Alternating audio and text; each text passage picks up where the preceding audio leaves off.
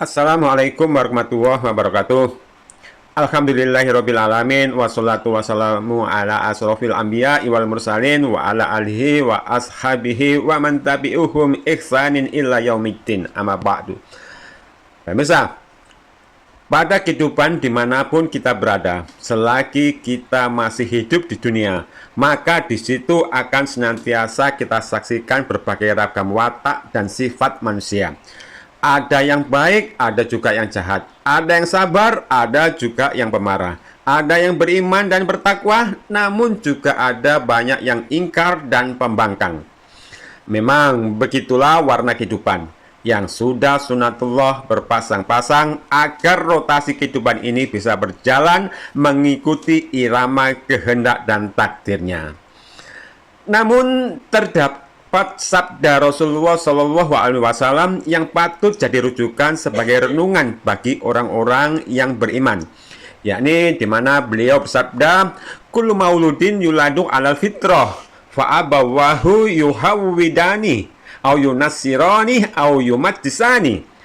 Setiap anak dilahirkan dalam keadaan fitrah, maka kedua orang tuanya lah yang menjadikannya Yahudi, Nasrani, atau Majusi.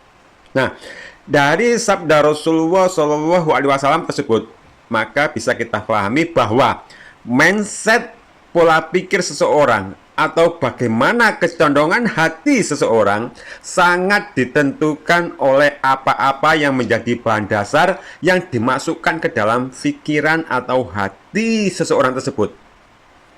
Ibaratnya seperti sebuah kendi. Bila yang dimasukkan ke dalam kendi tersebut berupa air putih, maka ketika dituangkan kendi itu, yang keluar akan air putih juga. Tapi kalau kendi itu diisi dengan toa yang memabukkan itu, maka jika kendi itu dituangkan, yang keluar pun akan toa juga. Begitu jugalah terhadap perbuatan seseorang atau kepribadian seseorang. Bila isi kepalanya dan isi hatinya diisi oleh hal-hal yang buruk, maka keburukan yang jadi bahan dasar ini akan menentukan perbuatan seseorang ke arah aneka perilaku keburukan atau aneka kemaksiatan. Dan sebaliknya, bila isi kepala dan hati diisi dengan hal-hal yang baik, baik dari sisi keilmuan maupun baik dari sisi sumber-sumber makanan, maka kebaikan yang menjadi bahan dasar ini akan membuahkan kinerja pikiran dan hati untuk senantiasa melakukan segala perbuatan atau amalan yang serba baik. Jadi, tentang perbuatan yang baik atau yang buruk yang membawa akibat pada pujian dan celaan, atau bicara tentang sesuatu yang menjadi sebab kesenangan dan kesedihan, bahagia dan menderita, tentu semua itu tak lepas dari buah perbuatan seseorang. Sedang remote control dari corak bagaimana perbuatan seseorang adalah pada hati manusia itu sendiri. Sementara otak yang jadi motor penggerak pikiran, yang kinerjanya terbimbing oleh hati, merupakan kesatuan bagian tubuh manusia yang paling penting dan utama. Hal itu karena baik atau buruknya seluruh anggota badan manusia tergantung dari baik atau buruknya hati. Hal ini sebagaimana sabda Rasulullah Shallallahu Alaihi Wasallam dalam hadis Bukhari Muslim, "Ala wa inna fil jasadi mudghah, idza solahat solahal jasadu kullu, wa idza fasadat fasadal jasadu kullu, ala wahiyal qulub." Ketahuilah, sesungguhnya di dalam tubuh manusia ada segumpal daging. Jika segumpal daging itu baik, maka akan baik seluruh tubuhnya. Dan jika segumpal daging itu buruk, maka akan buruk seluruh tubuhnya. Ketahuilah bahwa segumpal daging itu adalah hati. Jadi, seperangkat otak dan segumpal hatilah yang menjadi motor penggerak dalam melakukan perbuatan baik atau buruknya seseorang. Hati juga merupakan tempat tumbuh kembangnya iman kepada Allah Azza wa Jalla, yang merupakan landasan utama kebaikan dan kemuliaan hidup seseorang hamba di dunia dan di akhirat.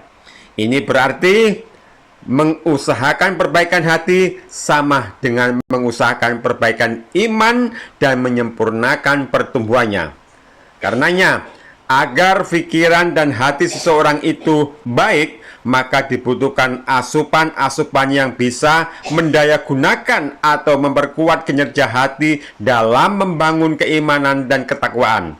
Dan asupan-asupan tersebut adalah energi spiritual berupa ketaatan atas segala perintahnya yang memasukkan kesempurnaan sunnah dengan kemurniannya dalam peribadatan, dan membuang segala bentuk kepalsuan, kedustaan, atau segala bentuk kebid'ahan dalam ibadah, yang memasukkan asupan-asupan kemurnian pengesaan dengan membuang segala bentuk kesyirikan, dan yang memasukkan asupan-asupan makanan yang halal dan membersihkan dari segala yang haram. Dan bila langkah yang demikian telah menjadi ketetapan jalan yang dipilih, maka Allah Azza wa Jalla pun dengan rahmatnya akan menerangi kolbu seseorang dalam meniti jalan kehidupan, di mana Allah Azza wa Jalla berfirman, alladzina amanu wa tatmainu qulubuhum bidzikrillah, ala bidzikrillahi tatmainul qulub, yaitu orang-orang yang beriman dan hati mereka tenang dengan mengingat Allah. Ketahuilah, dengan hanya mengingat Allah, hati menjadi tenang.